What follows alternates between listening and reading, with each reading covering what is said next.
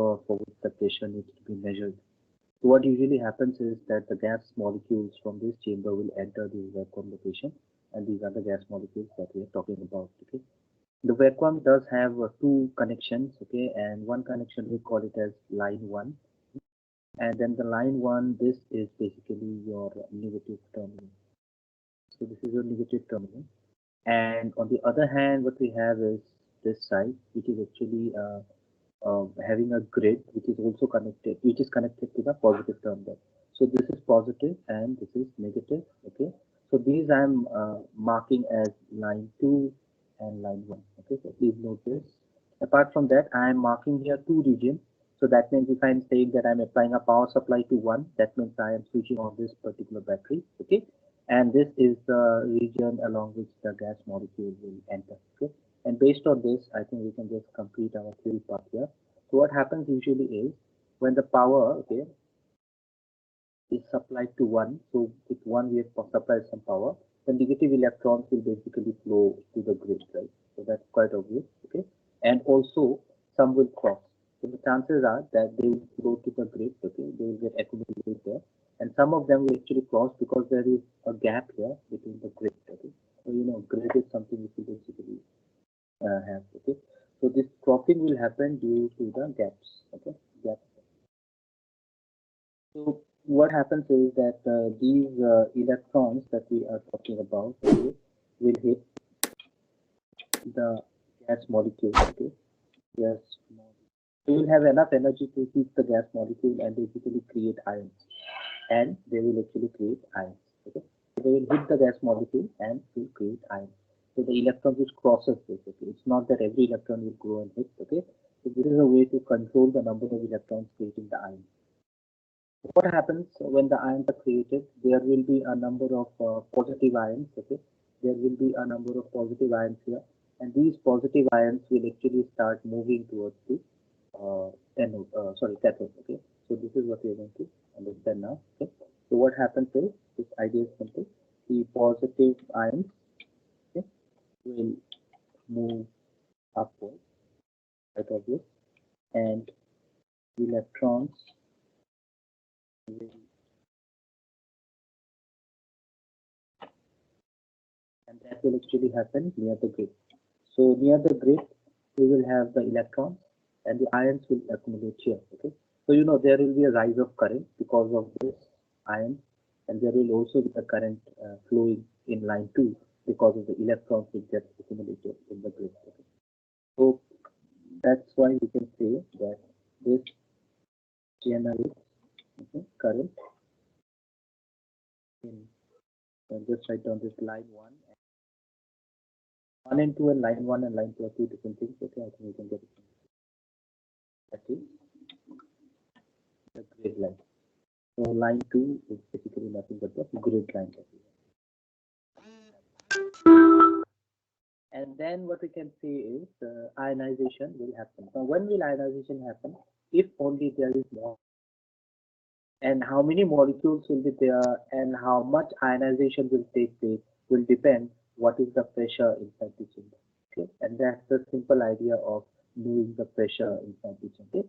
So in simple words, we can say that this ionization, okay, will basically happen when the molecules, okay, which are already present inside the chamber, okay, enters through. If the molecules enters through two, we will actually have the gas ions getting ionized. Okay. So in general, if we say that the molecules are more, okay, ionization is more, okay, and if molecules are more, the ionization is more. And if the ionization is more, that means what we can say is the positive and the negative, okay, maybe ions or electrons, okay, and that will also be more, okay, as a result of which the current will also be more. So this is the underlying idea of this particular image, okay.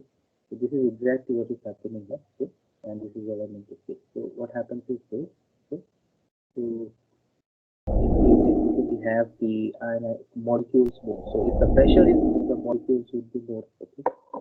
So we will have the molecules more. The ionization will definitely be more. The positive, negative ions or electrons will be more. As a result of which the current will also be more. Okay. So in general, if we actually want to measure the pressure now, we can actually take this and graduate it. Okay. So if you just want to measure the pressure, okay, simply given that by I1 divided by. So how much electron is on this line, okay, depending on and how much ions are actually generating the current across the line 1. Okay, so if we measure that current, we know that there is more pressure. And you know, it's quite obvious that if I1 is more, okay, that means the molecules are more. Okay, and if the molecules are more, that means it's obvious that the pressure. So this is about ionization gauge or Penning gauge. Okay, very much theoretical. So for your exam, probably if I give you 5 marks for this, you have to draw this figure clearly, and please make sure you level all the entire diagram, and you'll carry around 2 marks, let's say. And these explanation maybe I can give you 3 marks for that. But please make sure that when you write this down, you make some proper sentences, okay, and make it more or less clear. So I told that I won't be doing any other kind of gauge, but then you know there is a gauge which you might be using every now and then. Okay, even if you do your research or even in your day-to-day life, there's something which we call as thermocouple. Okay, and there is something which is called a thermocouple gauge as well. Okay, so we will just take up that topic in short. Okay, and what we call it is this, and this is again something which is affordable. Okay, it's not a very costly instrument. You know, two different kinds of elements are made together, and they can actually measure the temperature at a particular location with a change in voltage and so on. Okay, so these thermocouples are actually quite helpful. Okay, so we basically call it as thermocouple or thermal conductivity gauge. Thermal conductivity gauge. So if you take that, you understand that thermal conductivity gauge means the working principle is based on the thermal conductivity of the system. Okay. So I'm just going to draw a very simple figure for this. Okay. Let's see if we can draw it. Okay. Um, so whenever you are basically going to draw this, you just take care that it's going it correctly. Okay. Sometimes no. Drawing it and labeling it properly will actually be important for marks. Okay. So I hope you can do it that way. It's not be very difficult.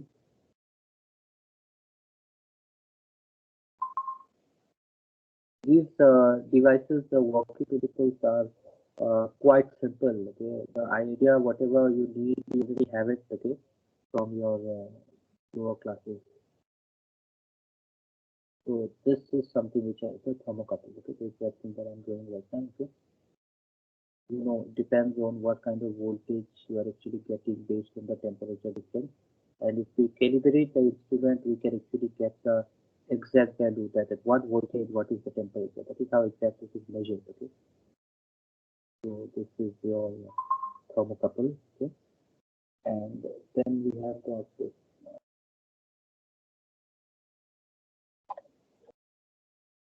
So we just need to have a circuit here. So let's say I want to measure the change in temperature at this particular position. Okay. And I can measure it across a resistor. So we can actually connect a resistor across this. Okay. So we just do this. So this is just a resistor. Okay. And then this resistor is basically connected with a power supply. So it may be a battery to which we are actually connecting it. Okay. So complete this drawing. We want to measure the current, so I will just connect an emitter at this and do some direction.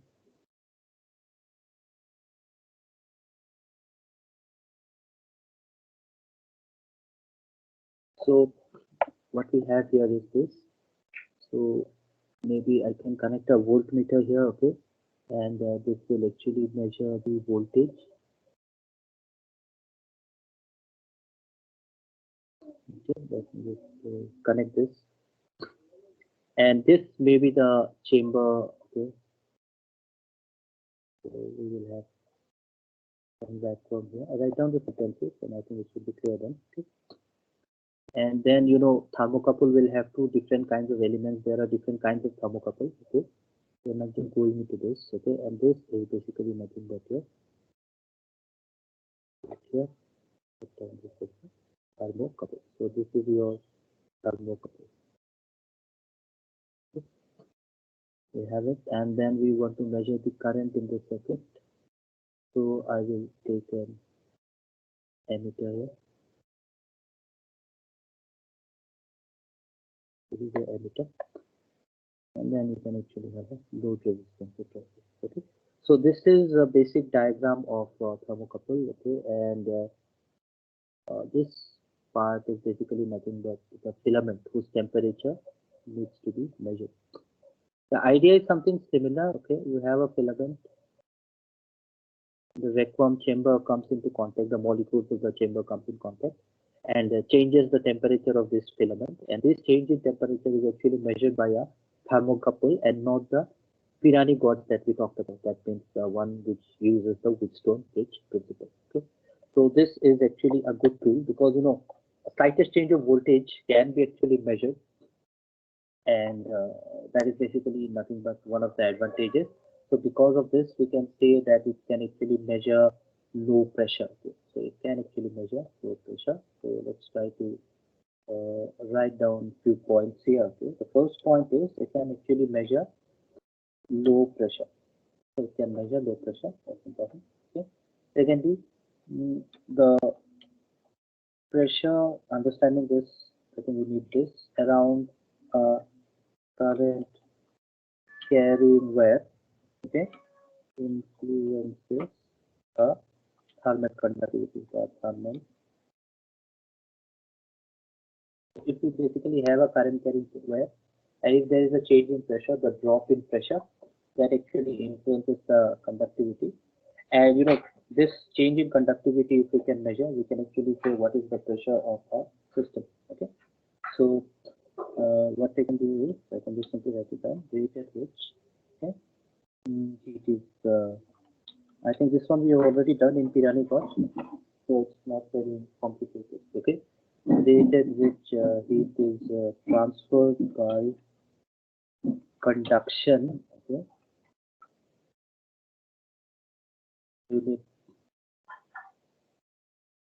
of fractional area. So rate at which the heat is transferred to conduction per unit cross sectional area of the material will actually give us the idea about the thermal conductivity. So that's very important. So what happens is that how does it change? Okay, so what happens is if the pressure is high, okay, the thermal conductivity will be high. This is something basic, so I think this should not be very complicated. Okay,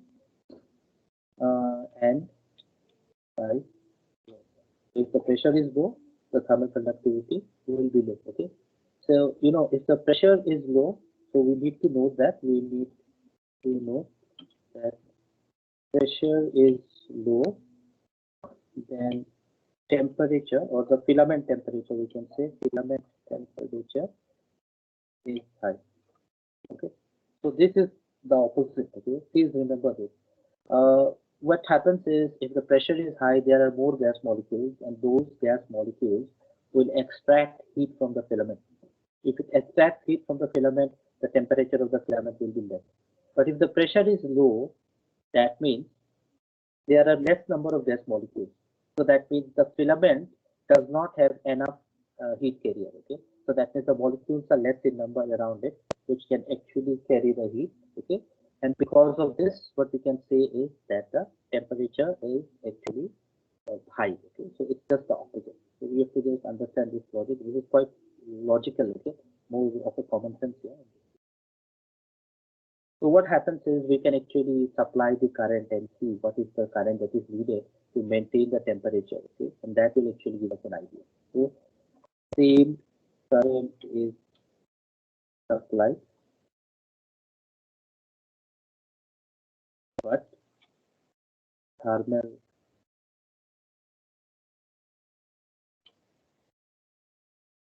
conductivity varies with pressure. Varies with pressure. So if the same current is supplied, we will see that there is always a change in thermal conductivity. So thermal conductivity is depending on the pressure directly.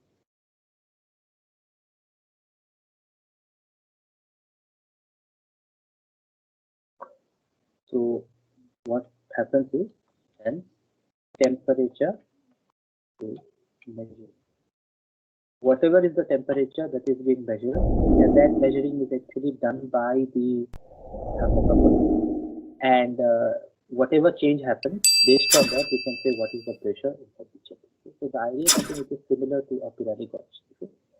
Temperature is measured, each turn measures the pressure. So whatever gauge we have studied till now, we see that there is always a change of temperature, and based on that, we are actually going to measure the pressure. So every time it is actually an indirect method. The question are these indirect methods efficient? The answer is yes. Okay. If you graduate it properly, it's quite efficient. Okay. Whatever temperature you measure for your body, okay, so that is also nothing but something which is measured by a thermometer. Right? The thermometer is usually graduated. Okay. So these graduations are quite trustworthy. So what happens is this thermocouple, okay, measures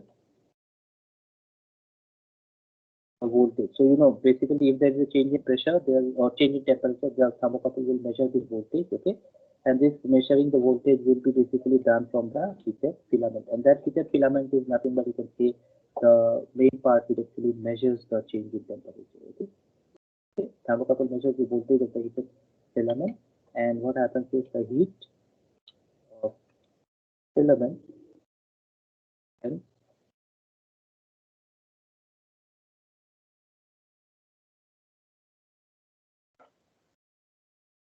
so these are some of the gauge, okay, that we have seen. So in this particular chapter, what we have seen is first thing, how do you create a vacuum, okay, and second thing, how do you measure the vacuum. Okay?